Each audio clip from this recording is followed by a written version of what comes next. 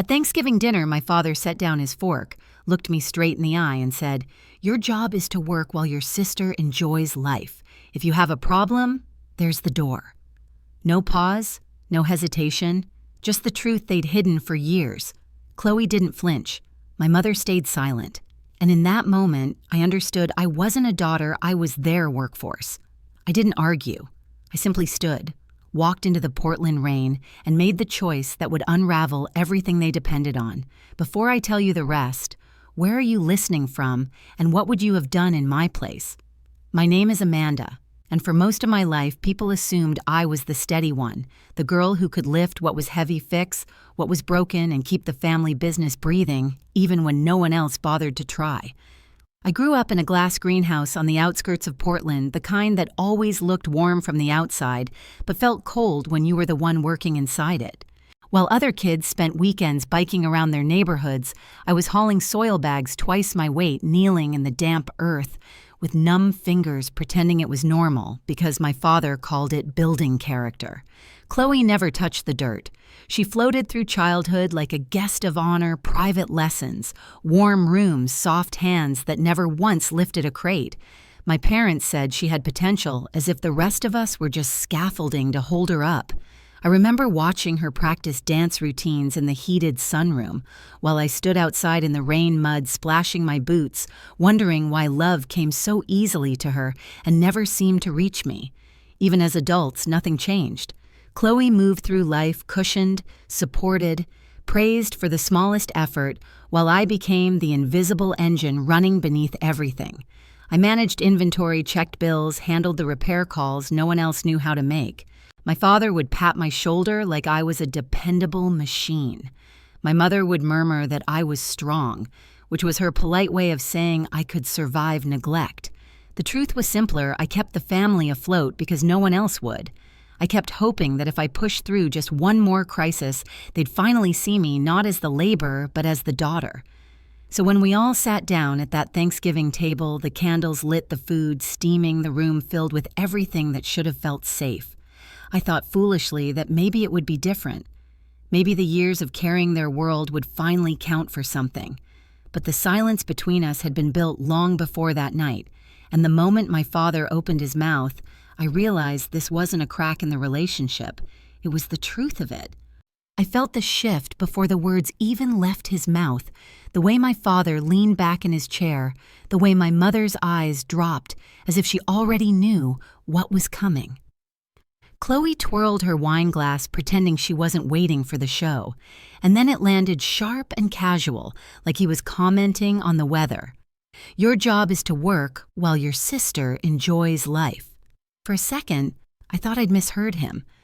The turkey steam rose between us, the candles flickered, and every childhood memory lined up in my head like witnesses. But he didn't blink. He meant it. Every syllable had been waiting years to come out. My mother didn't flinch. She pressed her napkin into her lap and avoided my eyes the way she always did when she agreed with something cruel, but didn't want the responsibility of saying it herself. Chloe sat straighter, smoothing her hair like a queen adjusting her crown. I tried to breathe just once to steady myself. "Dad, that's not—" He cut me off with a wave of his hand. "If you have a problem, there's the door." There it was. The line that didn't just bruise it, severed. Years of effort, every bill I quietly handled, every crisis I solved, every moment I carried what they dropped, reduced to a dismissal so clean it didn't even sound angry. It sounded practiced, familiar, like something he'd been rehearsing for the day I finally questioned the arrangement. My fork clinked against the plate.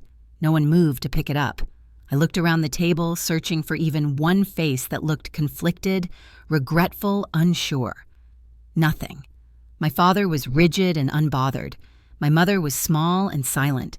Chloe was almost smiling, like she'd been waiting for this hierarchy to be spoken out loud. The room felt suddenly too tight, too loud, too bright.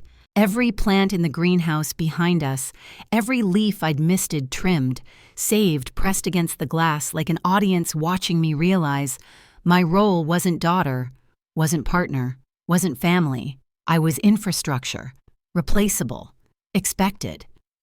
The rain outside intensified, tapping harder against the windows, a rhythm I knew well from nights I worked long after everyone else went to bed. My father's words echoed with each strike. Work, sister, door. And something inside me, a part I'd kept quiet for years, finally snapped into clarity. Not from rage, though there was rage, but from recognition. This wasn't a misunderstanding. It was the blueprint they'd built their lives on. I felt myself sit back, shoulders loosening, breath steadying. If this was the truth, then I didn't have to keep pretending we were something we weren't. I lifted my eyes to theirs, and that was the moment before I even stood up, when everything between us began to break. I didn't raise my voice. I didn't slam my hand on the table the way Chloe might have if someone ruined her day. Instead, I felt a strange calm settle over me, like a storm pulling back, just far enough to make the air eerily still. I pushed my chair back, the legs scraping against the hardwood, and every face at that table turned toward me, not out of concern, but out of annoyance, like I was interrupting their evening.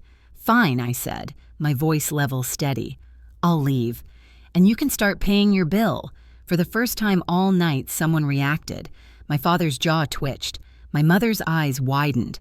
Chloe froze with her glass halfway to her lips. They all understood what those words meant. They just never thought I'd have the spine to say them.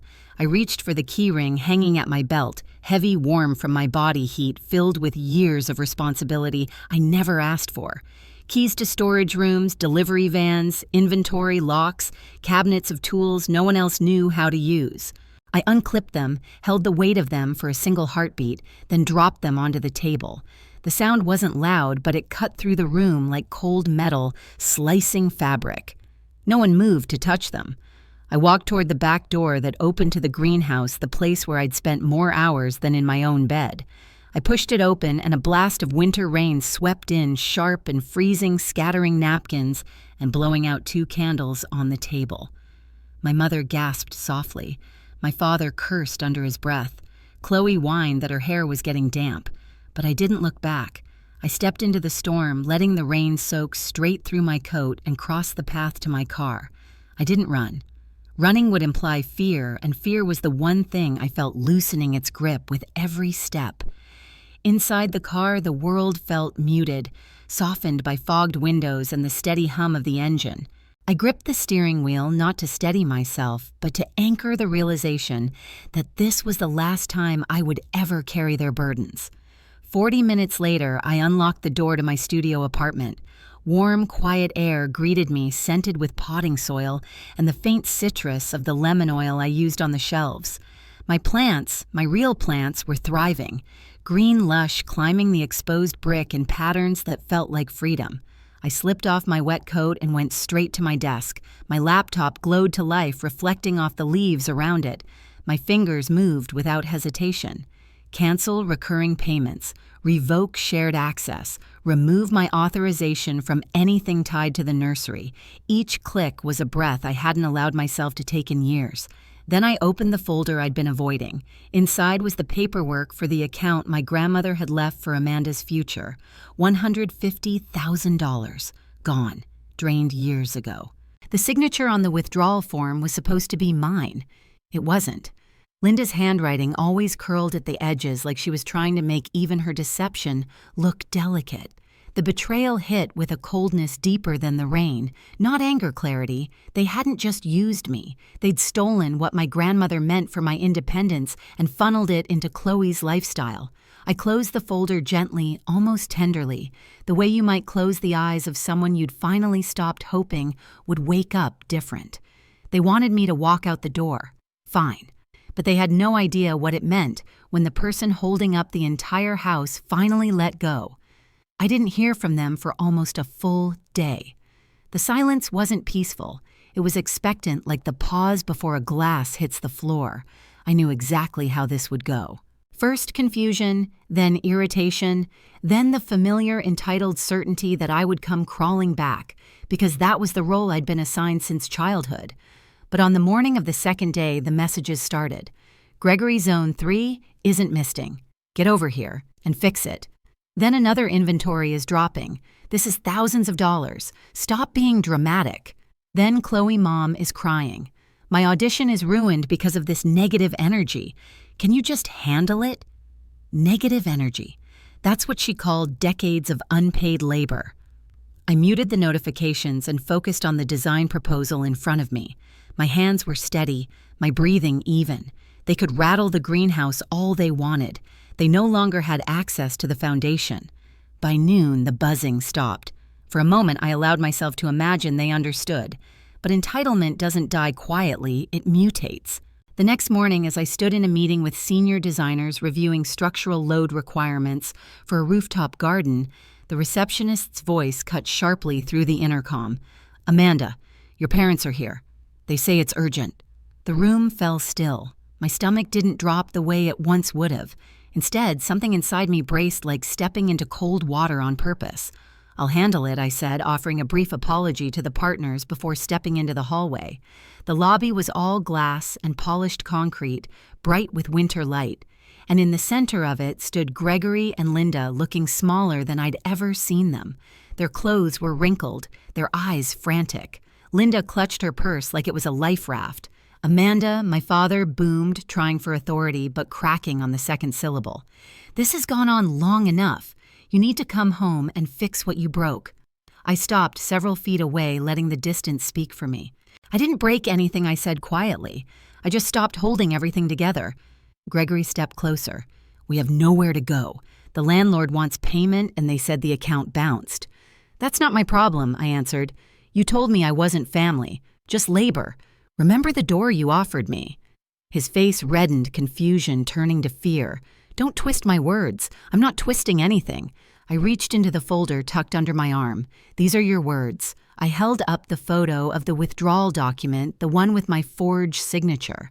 The moment my father recognized it, his shoulders caved as if the weight of the truth hit him physically. Linda made a choking sound. "Amanda, please. You don't understand. We needed the money. Chloe needed a chance." "You stole from me," I said, voice steady. "From a fund Grandma left for my future. You didn't take a loan. You didn't ask. You forged my name to pay for an apartment Chloe couldn't afford." Chloe wasn't there, but her shadow hung heavy in the air between us. My mother's hands trembled. "We were going to put it back." "You had 3 years," I replied. "You didn't put back a single dollar." Gregory tried to recover his old authority. "You wouldn't dare report this. We are your parents." The sentence was meant to remind me of duty. Instead, it revealed his last illusion that biology was immunity. I took a single step forward, close enough for him to see that nothing about me resembled the daughter he once commanded. "I already filed the report with the Financial Crimes Division," I said. "They're reviewing the documents now." He staggered back like I'd struck him. "Amanda?" "No, we could go to jail." "You won't," I said. "Not if you leave Portland today and start taking responsibility for your own lives. I've already arranged restitution through the sale of the nursery assets. It will cover part of the debt." Linda's voice wavered. "We can't just leave." "Where would we go? That's for you to figure out, just like I always had to." The receptionist hovered nearby, eyes wide, pretending not to listen. Gregory's face crumpled. "Not in remorse. Remorse requires empathy, but in fear of consequence." "We're your family," he whispered hoarsely. "That ended the night you told me the door was my option," I replied. "All I'm doing now is walking through it completely." I nodded toward security who had been waiting discreetly near the elevators. "You'll need to go now." Linda reached out as if touching my coat sleeve could undo the past. "Amanda, please." I stepped back. "I'm done being the soil you grow your comfort in," I said. "If you want a life, build it yourselves." Security guided them toward the doors, Gregory stiff and silent, Linda sobbing softly into her scarf. The glass slid shut behind them with a quiet hiss. For the first time in my life, watching them leave didn't hurt.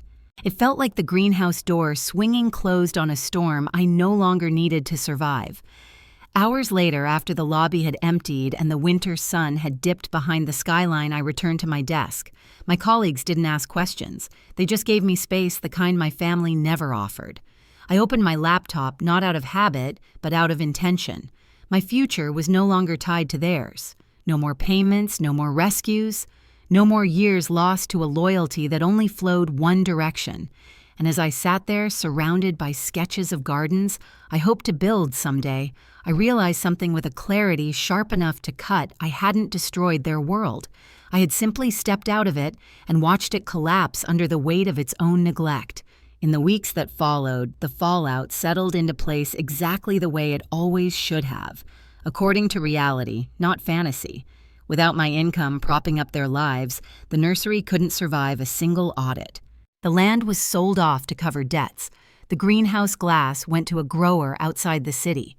And for the first time in decades, Gregory and Linda had to live as people, not as monarchs of a kingdom I had built for them. Gregory found part-time work as a night attendant at a warehouse on the industrial side of Portland. Linda started helping at a local co-op market on weekends, sorting produce with the same hands that once forged my signature. Chloe moved north, sharing a cramped apartment with roommates while juggling shifts between auditions and retail. None of it was cruel. It was simply natural consequences. I didn't celebrate their struggle, but I didn't save them either.